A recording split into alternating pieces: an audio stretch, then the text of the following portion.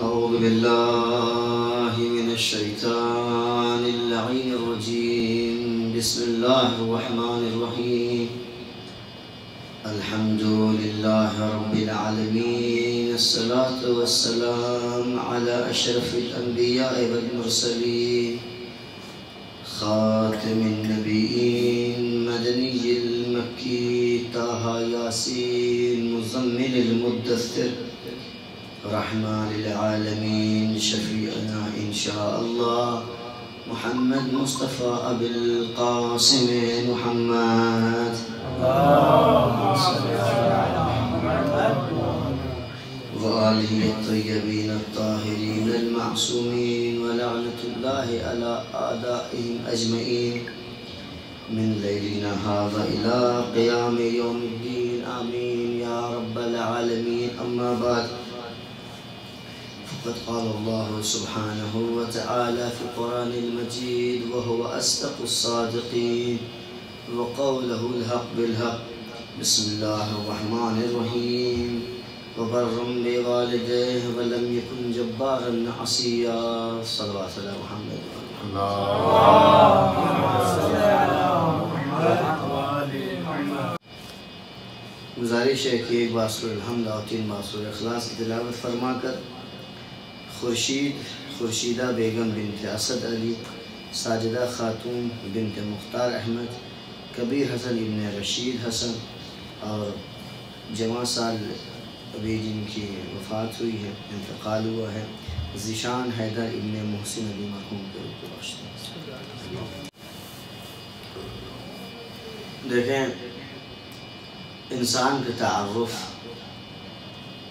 کسی بھی شخصیت کے لیے بڑا ضروری ہے، کیونکہ تعارف کے ذریعے ہی سے انسان کی معاشرتی شخصیت یا علمی شخصیت یا روحانی شخصیت کا اندازہ ہوتا ہے، کیونکہ تعارف ہی انسان کو معاشرے میں طے کرتا ہے اور انسان کو معاشرے میں بتاتا ہے کہ انسان کس شخصیت کا مالک ہے۔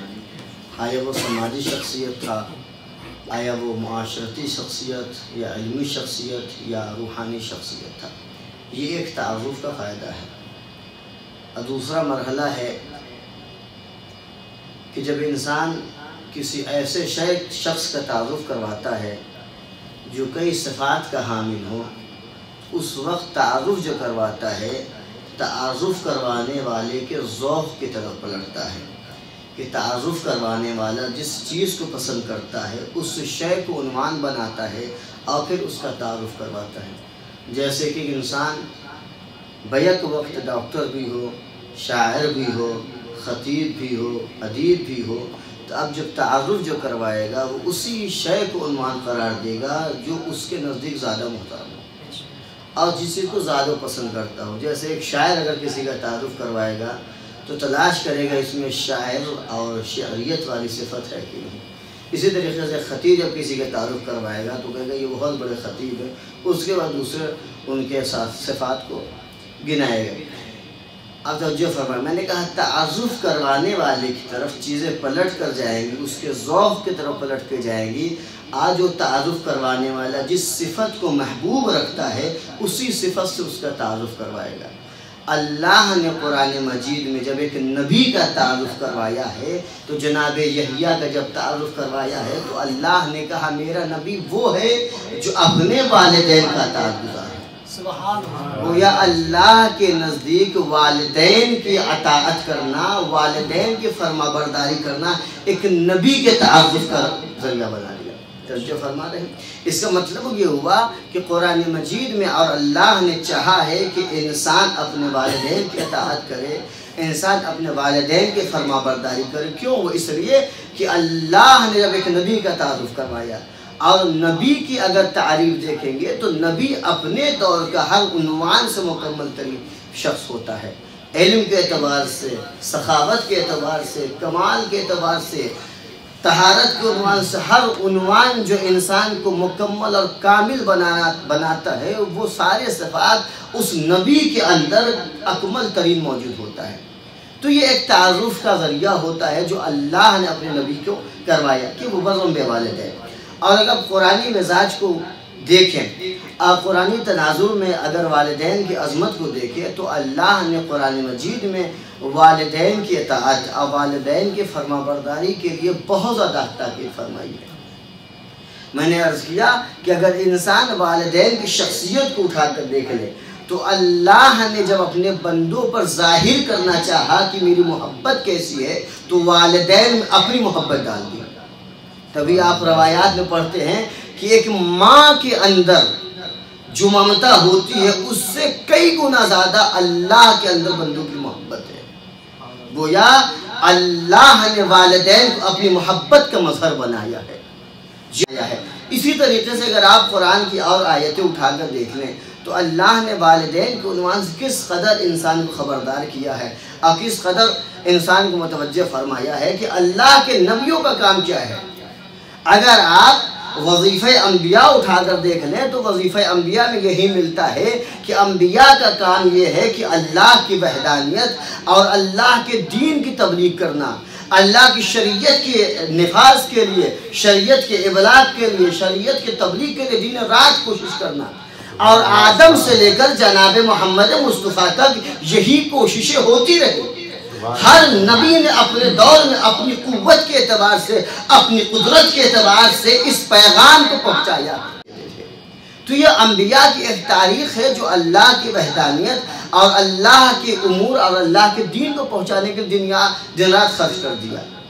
اگر آئیے اب قرآن مجید میں سورہ لقمان اٹھا کر دیکھ لیں، سورہ لقمان میں اللہ نے اسلامی تعلیمات اور توحید کی جب بات کی ہے تو جناب لقمان ہر وقت فرما رہے ہیں اللہ ایک ہے، کبھی شرک نہ کرنا، اور اسلامی اقدار اور اسلامی تعلیمات کی تعلیم دے رہے ہیں اور مکارم اخلاق کے رتبے بتا رہے ہیں، مگر جیسے ہی مسئلہ آتا ہے والدین کا تو جناب لقمان خاموش ہو جاتے ہیں۔ تو اللہ فرماتا ہے وَوَصَّيْنَا الْإِنسَانَ بِوَالِدَيْهِ، اے لقمان اب تم چپ رہو، میں خالق کہتا ہوں اپنے والدین کے لیے ہوشیار رہنا، اپنے والدین کے سلسلے میں خبردار رہنا۔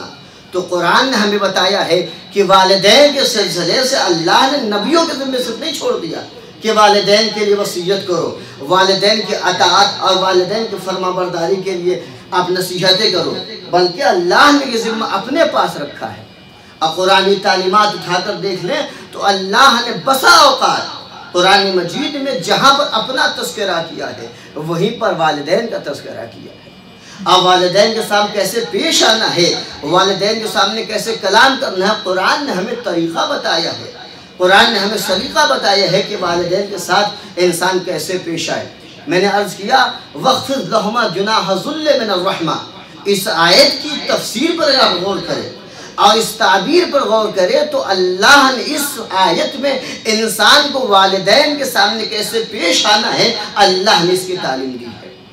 وَخْفِضْ لَهُمَا جُنَاحَ الذُّلِّ، وقف کسے کہتے ہیں کہ اپنے پروں کو جھکا لینا، اپنے پروں کو سکوڑ لینا، اسے کہتے ہیں وقف۔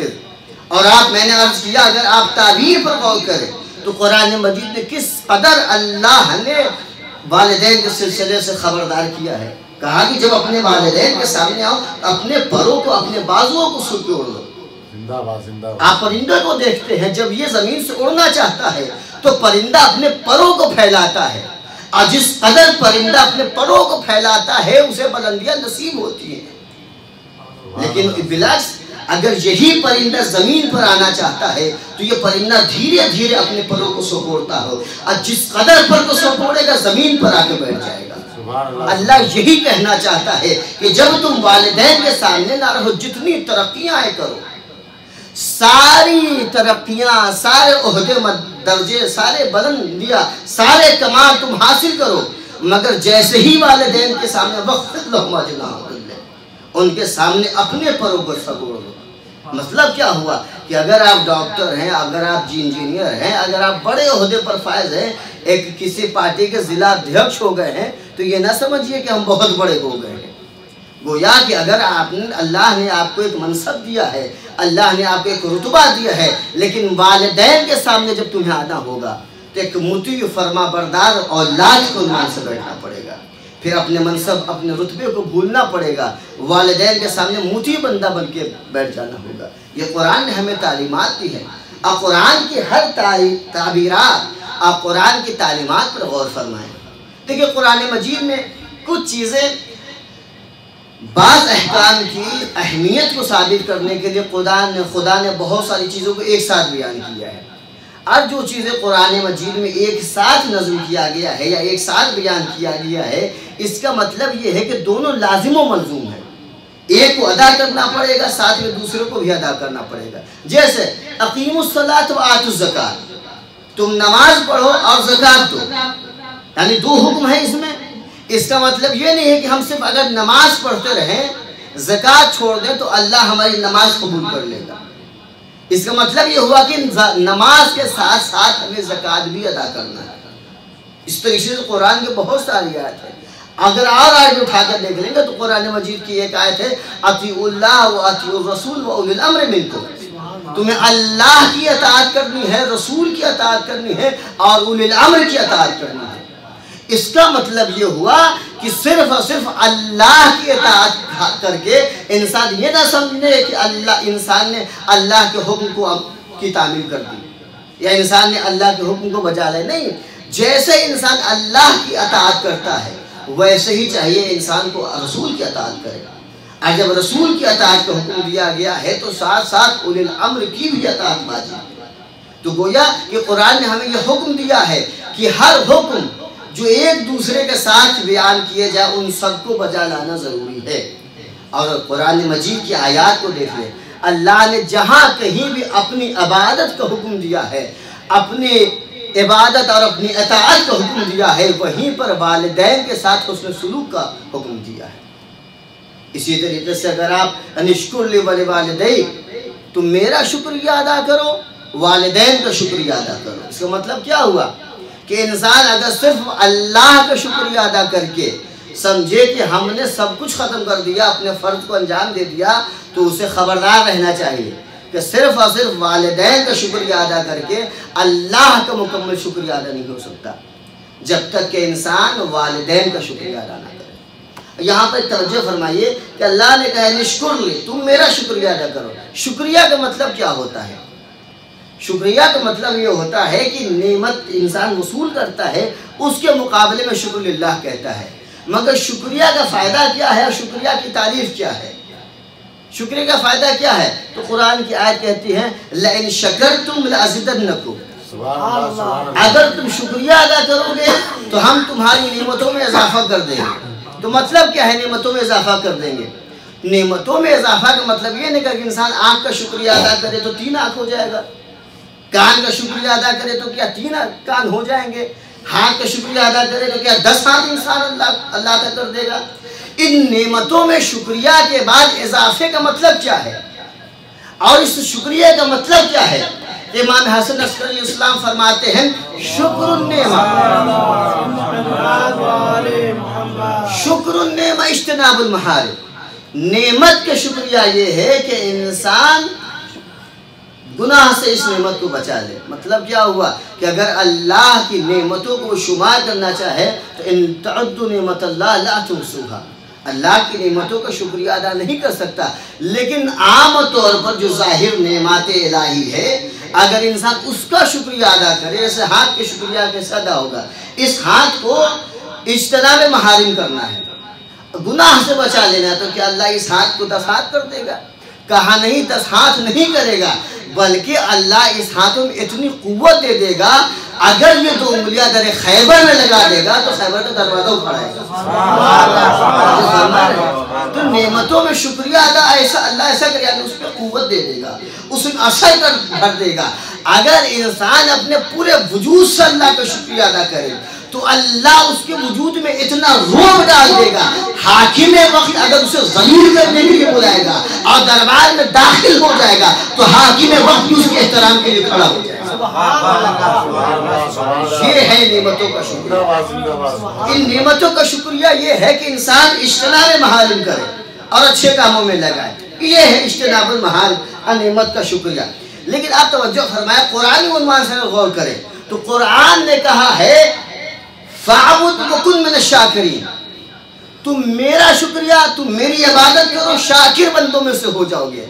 پتہ چلا کہ اللہ کی عبادت کے ذریعے سے انسان شاکر بندہ بنتا ہے، یعنی انسان جس قدر عبادت کرتا چلا جائے گا اللہ کا شاکر بندہ بنتا چلا جائے گا۔ یہ ہے انسان۔ تو پتہ چلا کہ اللہ کی نعمتوں کا شکریہ یہ ہے کہ انسان اللہ کی عبادت کرے۔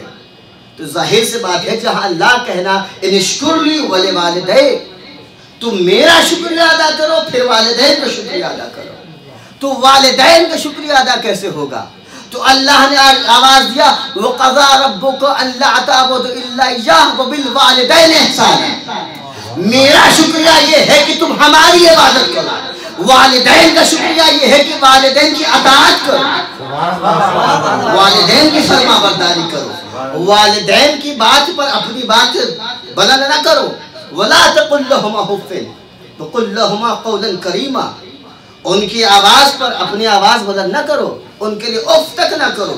یہ والدین کے ساتھ حسن سلوک ہے جو قرآن مجید نے ہم سے طلب کیا ہے کہ والدین کے ساتھ انسان کیسے پیش آئے۔ میں نے کہا کہ اللہ کا شکریہ یہ ہے کہ انسان اللہ کی عبادت کرے، والدین کا شکریہ یہ ہے کہ والدین اللہ کی اطاعت کرے، یہ اللہ ہم سے طلب کرتا ہے۔ اب توجہ فرمائے، اسی طریقے سے اگر آپ توجہ فرمائے کہ والدین کو اللہ نے کس قدر بلند پیدا کیا ہے، کس قدر بلند بنایا ہے۔ میں نے کہا قرآن مجید کے اگر آیات پر غور کرے تو میں مضمون آیت بیان کرتا ہوں کہ کچھ لوگ رسول اللہ علیہ وسلم کی خدمت میں حاضر ہوئے کہ یا رسول اللہ ہم کس چیز میں خرچ کریں، میرے پاس بہت ساری دولت ہے، میرے پاس ثروت ہے، ہم کیا کریں کہ ہماری دولت تیرے نزدیک مقبول ہو جائے؟ تو اللہ نے کہا حبیب ان سے کہہ دو فَلِلْوَالِدَيْن، جو کچھ تمہارے پاس ہے سب والدین کے لیے خرچ کرو۔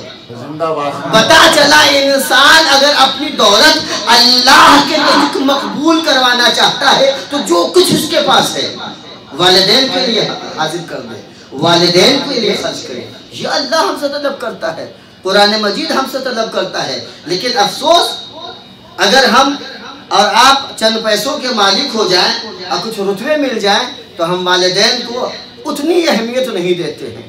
اور ایک واقعہ مشہور ہے کہ ایک صاحب اپنے کسی شہر میں کلیکٹر ہو گئے تھے تو انہوں نے والد کو اپنے آفس کے باہر بٹھا دیا تھا۔ یہ انسان کی انحطاط ہے، یہ انسان کی پستی کی کہانیاں ہے جو معنوی طور پر انسان پستی میں جا رہا ہے۔ اگر والدین ایک گاؤں کے رہنے والا ہے، ان کا الگ کلچر ہے، اور آپ شہر میں رہ کر کچھ تعلیم آپ نے حاصل کر لیا، کچھ اپنے زندگی کا لیول بلند کر دیا ہے، تو آپ والدین کو ذلیل و خوار سمجھ رہے ہیں۔ یہ انسان کو جواب دینا پڑے گا اللہ کے حضور، ورنہ اگر آپ غور کریں تو والدین اللہ کی طرف سے عرض الہی پر عرش الہی کا نایاب تبرک ہے، جس کے ذریعے سے انسان کو اللہ ایک تحفہ دینا چاہتا ہے۔ یہ والدین اللہ کی طرف سے انسان کی جنت ہے، یہ والدین انسان کے لیے تحفہ ہیں، رحمت ہے، نعمات ہے، جن کے ذریعے سے انسان سب کچھ حاصل کرتا ہے۔ تو میں نے عرض کیا انشکر لی والدین، میں نے کہا کہ جب انسان اللہ کا شکریہ ادا کرتا ہے تو اللہ جزا میں کیا دیتا ہے؟ کہا برکتیں دے دیتا ہے۔ برکتیں کیا دیتا ہے کہ اللہ اگر ہاتھ ہے تو اس میں قوت زیادہ دے دے گا، وجود ہے تو دشمن ذلیل کرنا چاہے گا مگر ذلیل نہیں کر پائے گا، یہ وہ اللہ تعالیٰ کرتا ہے۔ تو اگر انسان والدین کا شکریہ ادا کرے اطاعت کے ذریعے سے تو اللہ اسے کیا ادا کرتا ہے؟ تو حدیث اٹھا کر دیکھ لیجئے، رسول اسلام فرماتے ہیں جس نے اپنے والدین کی اطاعت کی اللہ اس کے عمر زیادہ کرتا ہے، رزق میں زیادہ کرتا ہے، اور ایسی موت مرنے سے بچا دیتا ہے جسے گندی موت کہتے ہیں، جس کے مرگ مفاجات کہتے ہیں۔ انسان غور کرے والدین کو اللہ نے کس قدر بلند بنایا ہے۔ میں نے کہا عرش الہی کا نایاب تبرک ہے والدین اس زمین پر۔ اللہ چاہتا ہے انسان کے ساتھ خیر کرنا، تو اللہ نے والدین کی صورت میں انسان کے گھر میں والدین عطا کر دیا ہے۔ آپ توجہ فرمائیں، قرآن کو اب پڑھیں، اس کے بعد روایات انبیاء اور روایات ائمہ علیہ السلام کو پڑھیں۔ رسول اسلام کی ایک معروف حدیث ہے جس میں رسول اسلام فرماتا ہے الجنت تحت اقدام امہات، یہ معروف حدیث ہمارے یہاں، جنت ماں کے پیر کے نیچے۔ اس کا مطلب کیا ہوا؟ یعنی انسان اطاعت کرے تو جنت ماں کے پیر کے نیچے حاصل کر لے گا۔ یہی تو مطلب ہے لیکن اس حدیث میں غور کریں، اللہ نے مطلقاً جنت کہا، اللہ نے کہا جنت ماں کے پیر کے نیچے ہے، اور جنت کی یہاں پر کوئی حساب نہیں کیا ہے، کوئی تخصیص نہیں کہ کون سی جنت، جتنے بھی جنت عرش الہی پر ہیں وہ سارے جنت اللہ نے ماں کے پیر کے نیچے رکھ دیا ہے۔ جنت کی 8 قسمیں ہیں، یہ ساری قسمیں ماں کے قدموں کے نیچے ہیں۔ اب کہنے دیجئے جہاں پر جنت کی بلندیاں ختم ہوتی ہیں وہاں سے ماں کے طرف شروع ہوتی ہیں۔ ماں کا اتنا مقام ہے، اگر انسان غور فرمائے، اپنی ماں کو اگر محبت کی نظر سے دیکھے تو اللہ نے کہا میں تمہارے گناہ کو معاف کرتا ہوں۔ اگر انسان والدین کو محبت کی نظر سے، رحمت کی نظر سے دیکھے تو اللہ کہتا ہے میں تیرے گناہوں کو معاف کرتا ہوں، میں تجھے بخش دیتا ہوں۔ لیکن توجہ فرمائیے، اکثر جوان سوال کرتے ہیں مولانا صاحب اگر جنت اقدان امہات ہے کہ جنت ماں کے پیروں کے نیچے ہے تو آخر اللہ نے باپ کو کیا دیا ہے؟ ہوتا ہے نا سوال کہ جنت ماں کے پیر کے باپ کو کیا دیا ہے؟ تو میں اس پر مطالعہ کر رہا تھا، ایک حدیث مجھے نظر آئی جس میں رسول اسلام فرماتے ہیں الجنت تحت اقدام امہات، اس کے بعد حدیث ملتی ہے رضا اللہ فی رضا الوالد، اللہ کی رضا والد کی رضا میں ہے، وَسَخَطُهُ فِي سَخَطِ الْوَالِدِ ہے۔ میں نے کہا کہ جنت ایک مرحلے کا، ایک پوری مجلس اگر آپ نے سنے ہوگی تو میں نے عرض کیا تھا کہ جنت ایک مرحلے کا نام ہے، مرحلے اخیر نہیں ہے۔ اللہ کے رسول کی اس حدیث پر غور کرے تو کہا والدہ کے قدموں کے نیچے جنت ہے، ماں کے قدموں کے نیچے جنت ہے، مگر جنت اخیر نہیں ہے۔ آگے رسول اسلام فرماتے ہیں اگر انسان والد کی رضا کو حاصل کر لے تو اللہ کی رضا کو حاصل کر لے گا۔ گویا والد کی رضا اللہ کی رضا سے مرتبط ہے، والد کی رضا اللہ کی رضا کے ساتھ ہے۔ اور والدین کی عنوان سے غور فرمائیں تو انسان کو اللہ نے حکم دیا ہے کہ ہمارے وحدانیت کا اقرار کرو، رسول کی رسالت کا اقرار کرو، مگر غور فرمائیے کہ انسان پوری زندگی کس لیے گزارتا ہے؟ تاکہ اللہ کے دین پر صحیح سے چل سکے، رسول اللہ کے دین کو مان سکے، رسول اللہ کی خدمت کر سکے۔ مصر یا شام کا ایک جوان، میں آخری بس گفتگو کر رہا ہوں، مصر یا شام کا ایک جوان رسول اسلام کی خدمت میں حاضر ہوا، اس نے کہا یا رسول اللہ آج سے یہ ساری زندگی آپ کے لیے وقف ہے، ہم آپ کی خدمت کرنے کے لیے آئے ہیں۔ رسول اسلام نے کہا کہ بقیہ کی زندگی کہاں گزاری؟ کہا بقیہ کی زندگی ابھی تک ہم نے بچپن سے ابھی تک اپنے والدین کی خدمت کی ہے۔ تو کہا کہ اب کیوں چھوڑ کے آ گیا؟ کہا کہ والدین سے اجازت لے لی ہے اور ہم نے کہا اب ہم رسول اللہ کی خدمت کرنا چاہتے ہیں، آپ کی خدمت میں حاضر ہوں گا۔ کہا والدین سے اجازت لے لی؟ کہا والدین کو راضی کر کے ان کی اجازت لے کر میں حاضر ہوں گا۔ اللہ اکبر، توجہ فرمائیے رسول اللہ نے کس قدر والدین سے ہوشیار اور خبردار رہنے کا حکم دیا۔ رسول اسلام فرماتے ہیں کہ تم نے والدین سے پوچھ کر لیا یہاں پر آئے ہو؟ کہا یا رسول اللہ والدین راضی ہیں اور انہوں نے ہمیں بھیجا ہے کہ پوری زندگی تم نے میرے پاس گزاری ہے، اب جا کر اللہ کے رسول کی خدمت کرو۔ اتنا سننا تھا۔ رسول اسلام نے کہا کہ جب تمہیں وہ رخصت کر رہے تھے تو ان کی کیفیت کیا تھی؟ اس نے کہا جب ہم ان کو رخصت کر رہے تھے تو دونوں گریہ کر رہے تھے، دونوں رو رہے تھے ہمارے فراق میں۔ اتنا سننا تھا۔ رسول اسلام نے کہا ارجع الیہما، ان دونوں کے پاس پلٹ جاؤ، جیسے تم ان کو رلا کر آئے ہو اب بقیہ زندگی انہی کی اطاعت کر ان کو خوش کرو۔ اللہ اکبر، رسول اسلام نے اپنی اطاعت اور اپنی خدمت سے روک دیا ہے۔ گویا فرمانا چاہ رہے ہیں کہ یاد رکھنا اگر میری خدمت کرنا چاہتے ہو تو والدین کی خدمت کرو۔ اور انسان اور ایک مسلمان کیا چاہتا ہے؟ پوری زندگی والدین کی خدمت کرنا۔ اور رسول اسلام نے یہاں پر بتایا ہے کہ انسان والدین کی خدمت کرے، ہر مقام پر، ہر موڑ پر۔ اہل بیت رسول نے اور آل رسول نے بتایا ہے کہ اہل بیت کی کیسی خدمت کرنی چاہیے۔ اور کربلا کا پورا مارکہ اسی چیز پر قائم ہے کہ کربلا کے ہر عنوان سے اگر رشتوں کے اعتبار سے دیکھا جائے تو کربلا نے ہر رشتے کو زندہ کیا ہے، ہر رشتے کے احترام کو بتایا ہے، اقدار انسانی کو بتایا ہے کہ کس طریقے سے رہنا چاہیے، اسلامی اقدار کیا ہے، انسانی اقدار کیا ہے۔ کربلا کے میدان میں اگر ایک والد کے عنوان سے دیکھا جائے تو ایک انسان، ایک بچہ جس کا جینے کی عمر ہوتی ہے، مگر جیسے اسے باپ کی وصیت یاد آتی ہے، تعویذ کھولتا ہے، باپ کے سامنے حاضر ہو جاتا ہے۔ جناب قاسم علیہ السلام، باپ کی وصیت تھی، باپ کی اطاعت تھی، باپ کے حکم کی تعمیل کرتے ہوئے آتے ہیں، کہتے ہیں چچا جان ہمیں مرنے کی اجازت دے دیجیے، یہ کربلا کا میدان ہے۔ اگر اور آگے دیکھیں گے تو امام سجاد جو امام وقت تھے اور ساری چیزوں کو جانتے تھے، مگر جیسے امام حسین نے کہا بیٹا اپنی جگہ پر لیٹے رہو، امام وقت کہتا ہے تمہیں ہماری شہادت کے بعد زینب و ام کلثوم کو کشا کشا لے جانا ہے۔ اللہ اکبر، کیا بیان کرو۔ امام نے عرض کیا کہ امام سجاد نے اپنی پوری زندگی میں ہر اس مصیبت کو برداشت کیا ہے جو کہ انسان نہیں برداشت کر سکتا تھا۔ میں نے کہا مال کا نقصان انسان برداشت کر سکتا ہے، جان کا انسان نقصان برداشت کر سکتا ہے، لیکن اگر ناموس کی بات آ جائے تو سب برداشت کرتا ہے۔ ایک شریف انسان اپنے ناموس کی بہترامی نہیں برداشت کر سکتا۔ اللہ اکبر، یہی تو وجہ تھی جب جناب امام سجاد دربار ابن زیاد میں داخل ہوئے ہیں اور کسی نے پوچھا سجاد کیا تم حاکم وقت سے ڈر گئے؟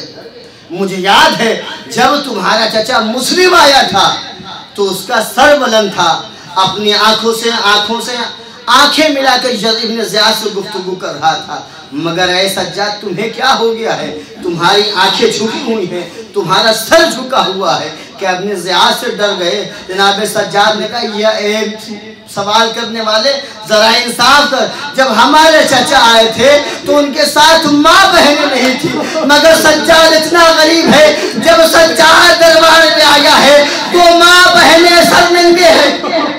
اللہ اکبر، روایت بتاتی ہے جناب سجاد نے ہر مقام پر صبر کیا، مگر ایک واقعہ ایسا ملتا ہے جیسے ہی جناب سجاد اہل حرم کو لے کر دربار شام کے قریب گئے تو ان کے قافلے کو روک دیا گیا اور کہا گیا کہ ابھی قافلہ رکا رہے گا، بازار کو سجایا جا رہا ہے، دربار کو سجایا جا رہا ہے۔ اتنا سننا تھا کہ اہل بیت رسول ڈر گئے، اہل بیت رسول کے سینے میں درد ہونے لگا کہ اللہ جانے آج تک جنہوں نے کائنات کی عورتوں کو پردہ کرنا سکھایا تھا، آج انہیں بے پردہ بے مخنہ و چادر دربار میں داخل کر دیا جائے گا۔ میں نے ایک روایت پڑھی ہے کہ جیسے دربار میں داخل کرنے کے لیے اہل بیت حرم کو لے جائے جانے لگا، دروازے پر روک دیا گیا، اور جب دروازے پر روکا گیا تو اور بھی شام میں دیکھنے والے جو تماشائی آئے تھے اور بھی بیویاں آ کر جناب ام کلثوم کے ساتھ کھڑی ہو گئی۔ اس حالت کو دیکھنا تھا کہ ہر قبیلے کا آدمی آتا ہے اور اپنی خاتون کو نکالتا ہے اور کہتا ہے کہ ہمارے گھر کی عورتوں کے لیے زیب نہیں دیتا ہے کہ اس دربار میں جائیں جہاں پر جمع غفیر ہو اور غیر نامحرم کھڑے رہیں۔ اتنا سننا تھا کہ یکے بعد دیگر ہر قبیلہ والا آتا ہے، اپنی خاتون کو نکال کر لے جاتا ہے۔ آخر میں ایک قبیلہ جس کا نام قبیلہ بنی اسلم ہے، اس کا مرد آتا ہے اور اپنی خاتون سے کہتا ہے چلو اب تمہیں گھر چلنا ہوگا، ان خارجیوں کے ساتھ نہیں رہنا ہے، کیونکہ یہ خارجیوں کو اب دربار میں حاضر کیا جائے گا، نامحرموں کا مجمع ہوگا، تم ان کے ساتھ نہیں جا سکتی ہو۔ مگر وہ خاتون زینب کا ساتھ نہیں چھوڑتی ہے، ام کلثوم کا ساتھ نہیں چھوڑتی ہے۔ اس منظر کو دیکھنا تھا کہ اس مرد نے اپنی خاتون کو اپنے ہاتھوں پہ پکڑا اور اس مجمع سے نکال دیا۔ زینب نے کہا خدا حافظ، اے قبیلہ بنی اسلم کی عورت، تو خوش نصیب ہے کہ تیرا جوان موجود تھا، تجھے اس مصیبت سے نکال گیا، مگر کربلا کا رخ کیا۔ کہا اے عباس، اگر آج تم موجود ہوتے ہم کو بھی اس مصیبت سے نکال دیتے۔ اب زینب ام کلثوم ہے، دربار شام میں نامحرموں کا مجمع ہوگا، زینب کیسے داخل ہوگی؟ منادی ندا دے گا یہ زینب ہے، یہ ام کلثوم ہے۔ وَسَيَعْلَمُ الَّذِينَ ظَلَمُوا أَيُّ منقلب أَلَا لَعْنَةُ اللَّهِ عَلَى الْقَوْمِ الظَّالِمِينَ أَلَا لَعْنَةُ اللَّهِ يا رب الحسين كل حسين الشفر الحسين بظهور الحجة يا رب الحسين كل حسين الشفر الحسين بظهور الحجة يا رب الحسين كل حسين الشفر الحسين بظهور الحجة یا اللہ یا اللہ یا اللہ یا اللہ یا اللہ یا اللہ تجھے واسطہ محمد وال محمد کی عظمت و طہارت کی عزت و آبرو کر۔ یا اللہ ہمارے گناہوں کو بخش دے، ماں والدین گناہوں کو بخش دے، اقرب احباب گناہوں کو بخش دے۔ یا اللہ جن محرومین کی ایصال ثواب کی نجی سے یا رب ان کے گناہوں کو بخش دے، ان کے درجات کو بلند فرما، ان کے پسماندگان کو صبر جمیل دے، ہم مزید توفیقات میں اضافہ فرما۔ یا اللہ ہم پریشان حال ہیں، ہم پریشانی کو دور کر دے، مقروض ہمارے قرضوں کو ادا کر دے۔ یا اللہ جو لوگ بے اولاد ان کو اولاد میں عنایت فرما۔